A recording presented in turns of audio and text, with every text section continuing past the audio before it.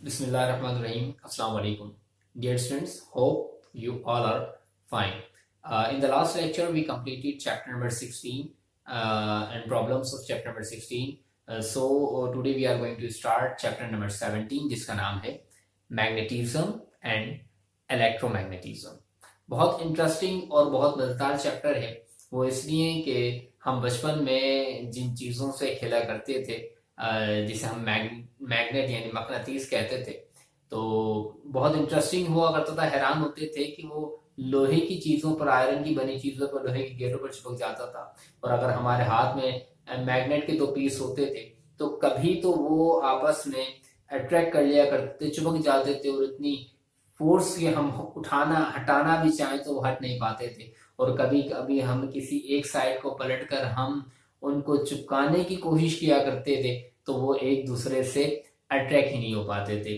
तो इसलिए chapter interesting है कि आज हम इन तमाम प्रॉपर्टीज के मुतालिक, इन तमाम फेनोमेना के मुतालिक जानेंगे कि ऐसा होता क्यों था, और हम इस चैप्टर को स्टडी कर कर उन तमाम चीज़ों को समझ सकेंगे। तो इस चैप्टर को पढ़कर जिन चीज़ों को हम कवर करेंगे, जिन चीज़ों के मुतालिक हम जान सकेंगे, उसमें है मैग्नेट, कि मैग्नेट किसे कहते हैं, मैग्नेटिज्म क्या होता है, मैग्नेटिक पोल्स क्या होते हैं, मैग्नेटिक पोल्स में साउथ पोल किसे कहते हैं, नॉर्थ पोल किसे कहते हैं, मैग्नेटिक फील्ड क्या होता है, मैग्नेटिक फोर्स क्या होती है, मैग्नेटिक लाइंस ऑफ फोर्सेस क्या हैं, और कैरेक्टरिस्टिक्स क्या है मैग्नेटिक लाइंस ऑफ फोर्सेस की। और अगर किसी कंडक्टर में से करंट फ्लो कर रहा हो तो उसके पास इर्द गिर्द कौन सी फील्ड बनती है, इन तमाम चीजों को हम chapter number 17 magnetism and electromagnetism को पढ़कर जान देंगे। तो आइए हम इस चैप्टर का आगाज करते हैं एक कहानी से कि मैग्नेट किस तरह से डिस्कवर हुआ। आज से तकरीबन कमोबेश 3000 साल पहले एक चरवाहा, यानी कि जो बकरियों के रेवड़ को घुमाने फिराने ले जाता है उसे चरवाहा कहते हैं, वो अपने कंधे पर कुल्हाड़ी रखे अपनी बकरी के लेवर को चरहाने के लिए एक पथरीले रास्ते से गुजर रहा था। तो थक कर उसने सोचा कि मैं थोड़ा आराम कर लूं। उसने अपने कंधे से अपनी कुल्हाड़ी उठाई और साइड में रखी और वह वहां पर थोड़ी देर के लिए खड़ा हुआ और बैठ गया। तो उसे ये महसूस हुआ जब वो चलने लगा, वापस जाने लगा, तो उसकी कुल्हाड़ी जब उन्होंने उठाई तो वो जमीन के अंदर उस पत्थरों में चिपक गई थी और वो उन्हें कोशिश करने के बाद बावजूद भी वो हट नहीं पा रही थी। साथ ही उन्हें ऑब्जर्व किया कि उसके पांव भी जमीन की तरफ अट्रैक्ट हो चुके हैं, चिपक चुके हैं। उन्होंने काफी कोशिश की अपने पैरों को हटाने की, तो वो भी हट नहीं पा रहे थे।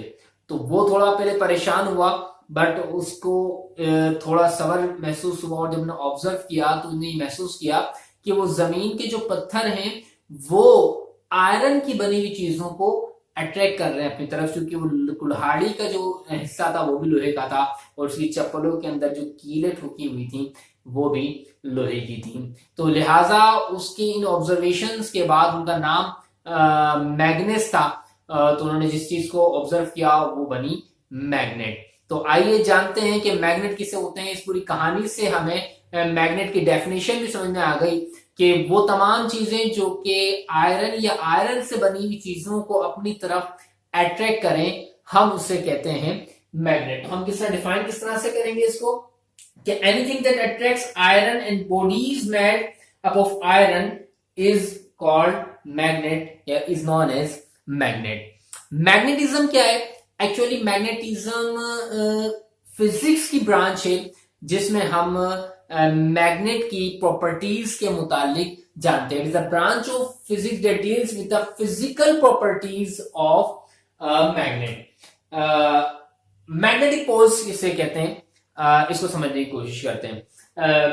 क्या किया कि अगर इस तरह से एक्सपेरिमेंट परफॉर्म किया गया या कि एक मैग्नेट को हैंग करके हॉरिजॉन्टल प्लेन के अंदर टांग दिया गया, टाई कर हैंग कर दिया गया, टांग दिया गया कि ये मैग्नेट फ्रीली जो है वो रोटेट कर सके।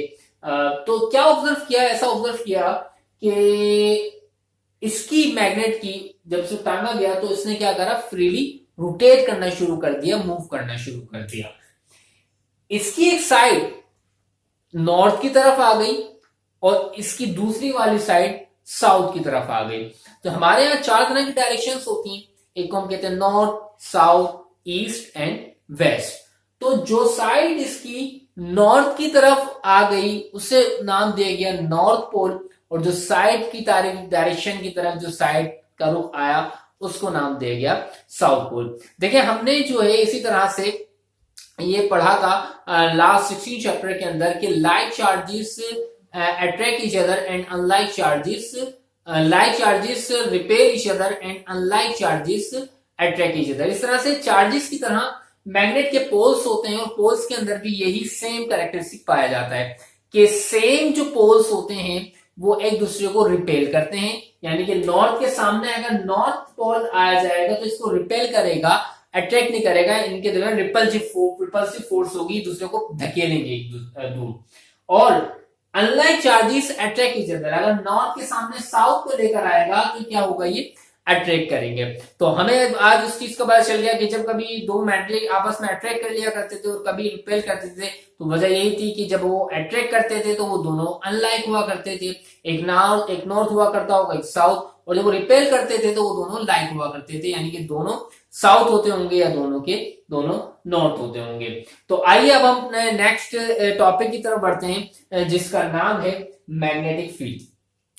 क्या होता है कि मैग्नेटिक फील्ड में कि हम ये ऑब्जर्व करते हैं कि जब कभी मैग्नेट को रखा जाए तो एक मखसूस इलाके के अंदर, एरिया के अंदर इसकी इन्फ्लुएंस पाई जाती है, यानी अगर उसके करीब करीब कोई चीज आयरन की या मैग्नेटिक सब्सटेंस रखा जाए तो ये उसको अट्रैक्ट कर लेता है, अपनी तरफ खींच लेता है, या फिर किसी दूसरे मैग्नेट को इसके इर्द करीब में रखा जाए तो अगर नॉर्थ की तरफ नॉर्थ वाला साइड आता था तो इसको रिपेल करता है, और अगर नॉर्थ की जानिब साउथ वाला आ जाए तो इसको क्या करता है, अट्रैक्ट करता है। तो वो रीजन, वो इलाका जहां पर इस मैग्नेट का असर रसूख पाया जाए, हम उस रीजन और उस इलाके को क्या कहते हैं, मैग्नेटिक फील्ड कहते हैं। डिफाइन हम कुछ इस तरह से करते हैं इसको, the space surrounding a magnet in which it's magnetic effect is field is called its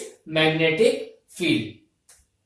तो अब हम अपने नेक्स्ट टॉपिक की तरफ बढ़ रहे हैं जिसका नाम है मैग्नेटिक फोर्स। तो मैग्नेटिक फोर्स किसे कहते हैं, अब देखें ये मैग्नेट रखा है, अब मैग्नेट किसी भी ऑब्जेक्ट को क्या कर रहा है, अट्रैक्ट कर रहा है, मैग्नेटिक सब्सटेंस को अपनी तरफ खींच रहा है।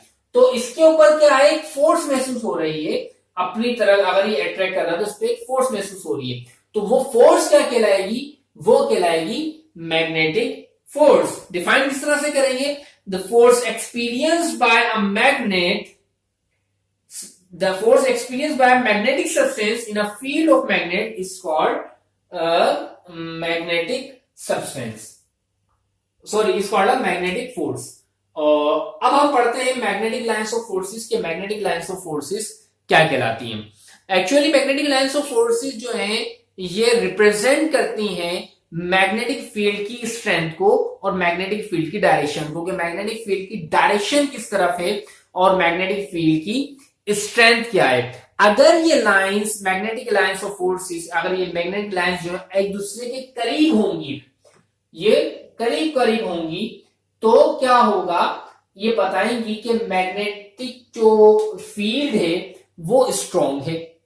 और अगर इन लाइंस के दरमियान गैप ज्यादा होगा, दूर दूर होंगी, तो ये रिप्रेजेंट कर रही होंगी कि मैग्नेटिक फील्ड क्या है, ये स्ट्रॉन्ग नहीं है, थोड़ी सी वीक है। जबकि इसकी डायरेक्शन भी शो कर रही होती है कि मैग्नेटिक फील्ड की डायरेक्शन किस तरफ है। तो आइए इसके कैरेक्टरिस्टिक को पढ़कर हम जानते हैं कि किस तरह से इसके कैरेक्टरिस्टिक होते हैं मैग्नेटिक लाइंस ऑफ फोर्सेस के। मैग्नेटिक लाइंस ऑफ फोर्सेस की क्या कैरेक्टरिस्टिक है, कि किस तरह से ये कब कहां से निकलना शुरू होती है और कहां जाती हैं, ये किस तरह से बिहेव करते हैं। तो आइए मैं इसको बिठाकर आपको एक डायग्राम के जरिए इसके कैरेक्टरिस्टिक समझाने की कोशिश करता हूं।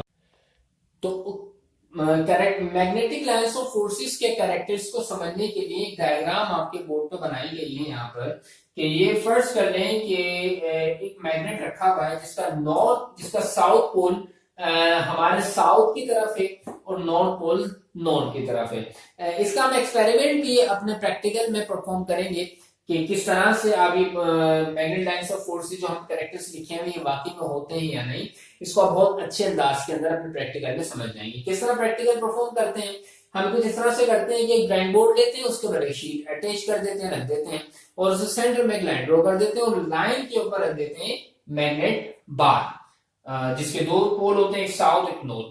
अब हमने ये अपनी शीट को अपने उस जो बोर्ड है उसको इस तरह से एडजस्ट करते हैं कि साउथ पोल की जानिब क्या हो जाए, साउथ पोल आ जाए। हमारा जो नॉर्थ होता है, एक साउथ होता है, ईस्ट होता है, वेस्ट। तो जहां हमारा साउथ है वहां पर क्या डायरेक्शन है, बोर्ड को एडजस्ट करके साउथ वाली डायरेक्शन आ जाए और नॉर्थ वाले की तरफ क्या आ जाए, नॉर्थ वाली डायरेक्शन आ जाए। तो इसमें पहला कैरेक्टरिस्टिक ये है कि magnetic lines of forces are directed from north to south pole. Magnetic lines of forces जो है वो हमेशा नॉर्थ से साउथ की जानिब, साउथ की टुवर्ड्स होती हैं। तो किस तरह से करते हैं, हम यहाँ पर निडल कंपास लेते हैं जो कि डायरेक्शन शो कर रहा होता है, हम उस निडल कंपास को रखते हैं नॉर्थ पर, ठीक है। अब नॉर्थ पर रखने के बाद जैसे यहाँ रखेंगे ना, उसकी निडल घूमना शुरू हो जाती है। तो जहां उस निडल की टिप आती है हम वहां डॉट लगा देते हैं, डॉट के ऊपर दोबारा कंपास रखते हैं, फिर दोबारा निडल घूमती है और इस तरह से रखते रखते निडल की डायरेक्शन कहाँ आती है, साउथ की तरफ आ जाती है। तो ये इस बात को रिप्रेजेंट करती है कि मैग्नेटिक लाइंस ऑफ फोर्सेस की डायरेक्शन जो है वो हमेशा नॉर्थ से कहां होती है, साउथ की जानिब होती है। इस तरह से हम ड्रॉ करते रहेंगे कि नॉर्थ से कहां आती रहेगी, हमेशा साउथ की तरफ ड्रॉ होती रहेगी। तो इसके नेक्स्ट में क्या, magnetic lines of forces never intersect each other. Magnetic lines of forces कभी भी एक दूसरे को इंटरसेक्ट नहीं करती, यानी ऐसा कभी नहीं होगा कि मैग्नेटिक लाइंस फोर्स यहां से शुरू हो और इसको इंटरसेक्ट करते हुए कभी भी जाए। कभी भी दूसरी लाइंस को magnetic lines of forces intersect नहीं करेंगे। क्यों नहीं करती, क्योंकि ये लाइंस एक दूसरे को क्या करती है, रिपेल करती है, एक दूसरे को म्यूचुअली रिपेल करती है। अच्छा, नेक्स्ट के अंदर क्या है कि they can pass more easily through magnetic substances as compare to non magnetic substances. ये मैग्नेटिक लाइंस ऑफ फोर्सेस जो है वो मैग्नेटिक सब्सटेंसेस में से आसानी से पास हो जाती हैं बनिस्बत non magnetic substances. Magnetic substance कौन से, आयरन, कोबाल्ट, निकल, इन मैग्नेटिक सब्सटेंस है। और नॉन मैग्नेटिक जो बाकी जो बच गए, प्लास्टिक हो गई, लकड़ी हो गई या एयर हो गई, ये सारे के सारे क्या है, ये नॉन मैग्नेटिक सब्सटेंस कहलाते हैं। अच्छा देखिए होता क्यों है इस तरह से, हम ये जानने की कोशिश करते हैं। देखिए कि जब हम साउथ पोल को साउथ की तरफ रखते हैं और नॉर्थ को नॉर्थ की तरफ रखते हैं, तो हमने ये जाना है अभी कि like poles repel each other and unlike poles attract each other.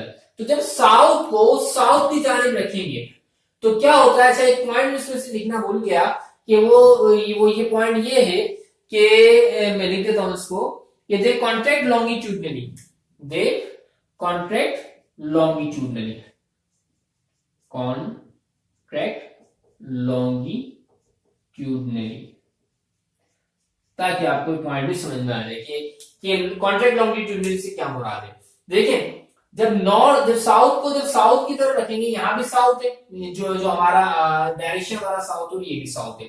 तो साउथ साउथ क्या करते हैं, एक दूसरे को रिपेल करते हैं। जो मैग्नेटिक लाइंस ऑफ फोर्सेस क्या है, ये हमेशा सीधी नहीं जाती बल्कि क्या होती है, कर्व में डाइवर्ज हो जाती है इस तरह से, दे कॉन्ट्रैक्ट लॉन्गिट्यूडनली। अच्छा इसी तरह से जब नॉर्थ को नॉर्थ की तरफ रखेंगे तो नॉर्थ नॉर्थ क्या करेगा, एक दूसरे को रिपेल करेंगे। तो मैग्नेटिक लाइंस ऑफ फोर्सेस सीधी नहीं होती बल्कि क्या होती है, ये एक दूसरे यहां से डाइवर्ज होती है, कर्व बनाने शुरू कर देती है। नॉर्थ से कहा जाती है, साउथ की तरफ जाती हैं। तो डियर स्टूडेंट्स आज के टॉपिक में हमने मैग्नेटिज्म, मैग्नेटिक पोल्स, नॉर्थ किसे कहते हैं, साउथ किसे कहते हैं, magnetic field, magnetic force, magnetic lines of forces और characteristic of magnetic lines of forces को मुख्तसर अंदाज में जानने और सीखने की कोशिश की है। इस मुख्तसर वक्त में लेक्चर को कंप्लीट करना या बात पूरी बेहतर अंदाज के अंदर डिलीवर करना ये मुश्किल होता है, क्योंकि आपके क्वेश्चन जब आप क्लास में मौजूद होते हैं तो अपने क्वेश्चंस को रेज करते हैं तो उसके अंदर एक अच्छी इंटरेक्शन होती है, भारत, आपको कोई भी कॉन्सेप्ट, कोई भी चीज क्लियर नहीं हो रही हो, समझ में नहीं आ रही हो, या बात क्लियर नहीं होती हो, तो आप कांटेक्ट कर कर उस चीज को क्लियर कर सकते हैं। तो इंशाल्लाह ज़ुबैर आपको पर्सनली या फिर नेक्स्ट वीडियो लेक्चर के अंदर उस तमाम चीजों को हम पूरे कोशिश करेंगे कि अच्छे अंदाज में क्लियर करेंगे। तो वर्क आपको दिया जा रहा है, इस वर्क को याद कर लें। इंशाल्लाह नेक्स्ट लेक्चर में आपसे फिर मुलाकात होगी, तब तक के लिए इजाजत दीजिए। अल्लाह हाफिज।